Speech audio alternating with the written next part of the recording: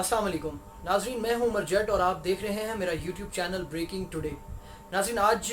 हम डिस्कस करेंगे चीनी बहरान के हवाले से बनाए जाने वाली तहकीकाती कमीशन में अब तक क्या पेशरफ्त हुई, और इस कमीशन और इस तहकीकात के हवाले से बड़े बड़े बयानात देने वाली सिंध हुकूमत जब बात उन पर आई तो उन्होंने क्या रवैया अपनाया, वफाकी हुकूमत को क्या जवाब दिया और किस तरह से उन्होंने यू टर्न लिया। इस तमाम तर तफसीलात से हम आपको आगाह करेंगे आज अपनी वीडियो में।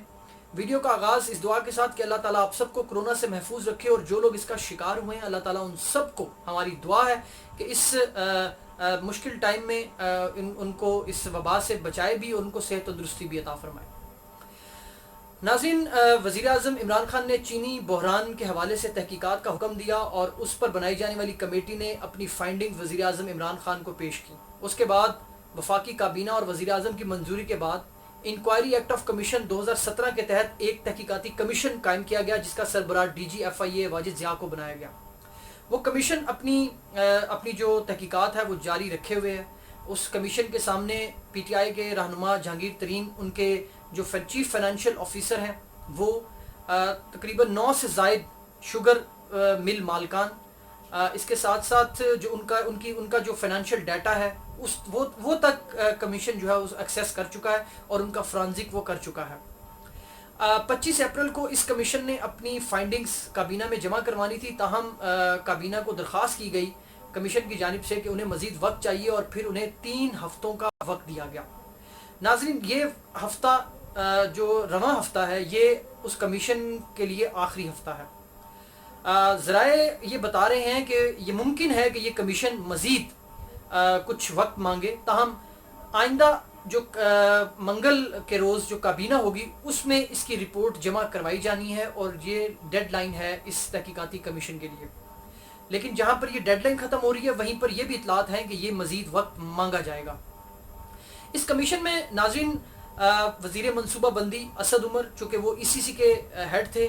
जब वो वज़ीर ख़जाना थे, उस टाइम का ये मामला है, तो वो भी इस कमीशन के सामने पेश हो चुके हैं। जिसे हमने बताया कि तकरीबन 9 से ज़ायद शुगर मिल्स हैं जिनके मालकान इस कमीशन के सामने पेश हो चुके हैं। जहांगीर तरीन के चीफ फाइनेंशियल ऑफिसर और उनका जो डाटा है वो भी एक्सेस ये कमीशन कर चुका है। इसके अलावा खुरम दस्तगीर नून लीग के रहनुमा, वो भी इस कमीशन के सामने पेश हुए। नाज़रीन, जब ये कमीशन अपनी तहकीकात कर रहा था तो शाहिद खाकान अब्बासी जो साबिक वज़ीर आज़म हैं और मुस्लिम लीग नून के बड़े रहनुमा हैं, उन्होंने ये बयान दिया कि वो कमीशन के सामने पेश होना चाहते हैं और वो कमीशन को बताना चाहते हैं कि ये बुनियादी तौर पर इस सब्सिडी दी कैसे जाती है, कौन से अवामिल होते हैं जिन पर सब्सिडी का फ़ैसला किया जाता है, और फिर इसकी सूबे इम्प्लीमेंटेशन किस तरह करते हैं और वफाक इसकी अमलदारी किस तरह करता है। कमीशन उन्हें बुला लिया, उन्होंने कमीशन के सामने ख़ुद को पेश किया और उनको एक सवालनामा दिया गया जिस पर उन्होंने अपने जवाबात तहरीर किए और कमीशन को जमा करवा दिए। जब वो नाज़रीन बाहर वापस आए कमीशन के सामने पेश होकर, तो उन्होंने मीडिया पर बात करते हुए वज़ीर आज़म और उस वक़्त के जो वज़ीर ख़जाना थे असद उमर, उनके हवाले से बयान दिया कि बुनियादी तौर पर उनको कमीशन के सामने पेश होना चाहिए। उसी दिन असद उमर जो अब वज़ीर मनसूबा बंदी हैं, उन्होंने एक ट्वीट किया और उन्होंने ये कहा कि चूँकि ये मामला जिस वक्त का है उस वक्त वो वज़ीर ख़जाना थे और इक़्तिसादी राब्ता कमेटी के वो हेड भी थे, सरबराह भी थे, तो बुनियादी तौर पर ये उन पर ज़िम्मेदारी बनती है, वो कमीशन के सामने पेश होंगे। वज़ीर आज़म इमरान खान का इससे कोई लेना देना नहीं है। चुनांचे शाहिद खाकान अब्बासी हैं, वो कमीशन के सामने जब पेश हुए तो उससे 2 दिन के बाद कमीशन ने वज़ीर मनसूबा बंदी असद उमर को भी बुलाया और वो भी तहकीकाती कमीशन के सामने पेश हुए, और उन्होंने अपनी तमाम तर जो उनके पास इंफॉर्मेशन थी वो उन्होंने शेयर की कि उस वक्त क्या फ़ैसले हुए थे, कौन सी चीज़ें ECC में डिस्कस हुई थी और किन बुनियादों पर सब्सिडी चीनी पर दी गई थी। अच्छा, अब नाज़रीन उसके बाद कमीशन ने वज़ीर आला पंजाब उस्मान बुज़दार को भी तलब किया, क्योंकि पंजाब ने भी सब्सिडी दी और उन पर भी उनकी सब्सिडी के क्या मामला थे वो जानने के लिए उस्मान बुज़दार को बुलाया गया, और वज़ीर आला पंजाब उस्मान बुज़दार कमीशन के सामने पेश हुए। अब ये लोग वो थे जो असद उमर और शाहिद खाकान अब्बासी जो वॉलंटियर पेश हुए, कुछ को कमीशन ने खुद बुलाया, وزیر اعلیٰ پنجاب عثمان بزار، ان کو بھی کمیشن نے سمن کیا اور وہ باقاعدہ لاہور سے اسلام آباد پہنچے اور انہوں نے اپنے آپ کو کمیشن کے روبرو پیش کیا اور اپنی تمام تر جو ان کے پاس انفارمیشن تھی، جو ان کی کابینہ اجلاس میں جو سبسڈی کے حوالے سے فیصلہ ہوا، وہ انہوں نے کمیشن کو سامنے رکھا اور اس تمام تر تفصیلات سے کمیشن کو آگاہ کیا۔ اب ناظرین بات کرتے ہیں سندھ حکومت کی۔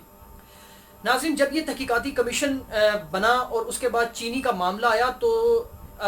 پیپلز پارٹی کے جو سرکردہ رہنما ہیں ان کی جانب سے بہت سے بیانات دیے گئے، پی ٹی آئی اور پی ٹی آئی کے رہنماؤں کے خلاف بڑی بات چیت کی گئی، نہ صرف جہانگیر ترین کو ان کے خلاف بیانات دیے گئے بلکہ بڑے نازیبہ الفاظ بھی ان کے خلاف استعمال کیے گئے۔ لیکن جب 11 تاریخ کو چینی بحران پر بنایا جانے والا تحقیقاتی کمیشن سمن بھیجتا ہے وزیر اعلیٰ سندھ مراد علی شاہ کو کہ وہ بھی اس کمیشن کے سامنے پیش ہوں، کیونکہ جو 2017 میں سبسڈی دی گئی اس سبسڈی کی جو حد تھی اس سے بھی ایکسیڈ کیا گیا سندھ حکومت کی جانب سے۔ تو اب سندھ حکومت آ کر یہ بتائے کہ جو وفاق نے سبسڈی دی اس کے بعد سندھ حکومت نے اس میں اضافہ کیوں کیا ضرورت پیش آئی کہ سندھ حکومت کو اس میں اضافہ کرنا پڑا۔ 11 تاریخ کو سمن جاری ہوتا ہے اور سمن بھیجا گیا وزیر اعلیٰ سندھ مراد علی شاہ کو، تاہم 13 تاریخ کو پیش ہونا تھا وزیر اعلیٰ سندھ مراد علی شاہ نے کمیشن کے سامنے، وہ پیش نہیں ہوئے۔ بجائے اس کمیشن کے سامنے پیش ہو کر اپنا جو موقف ہے وہ رکھتے، اپنے اوپر جو ان کے اس تحقیقاتی کمیشن نے جو سوالات اٹھائے ہیں ان کا جواب دیتے، بلکہ ان کی جانب سے جو ایڈوکیٹ جنرل سندھ ہیں انہوں نے ایک قانونی نقطہ اٹھایا اور انہوں نے کہا کہ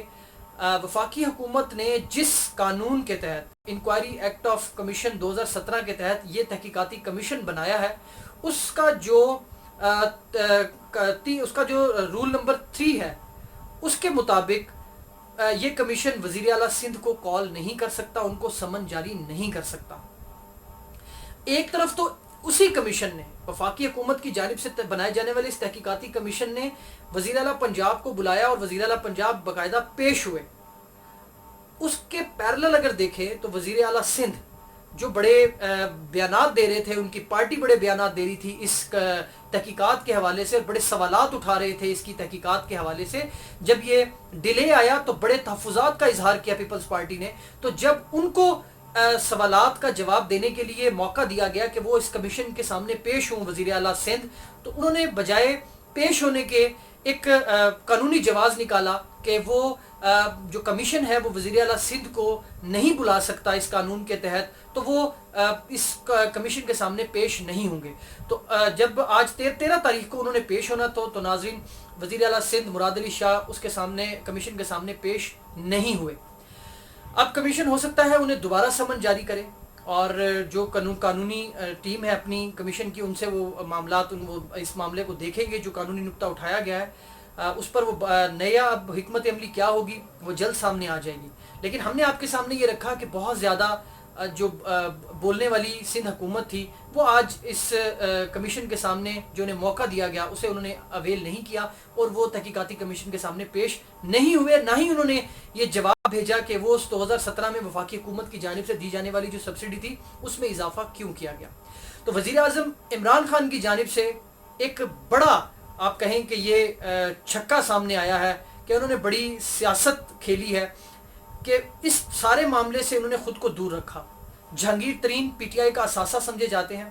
ان کو بلایا گیا، وزیر اعظم عمران خان نے کوئی دخل اندازی نہیں کی۔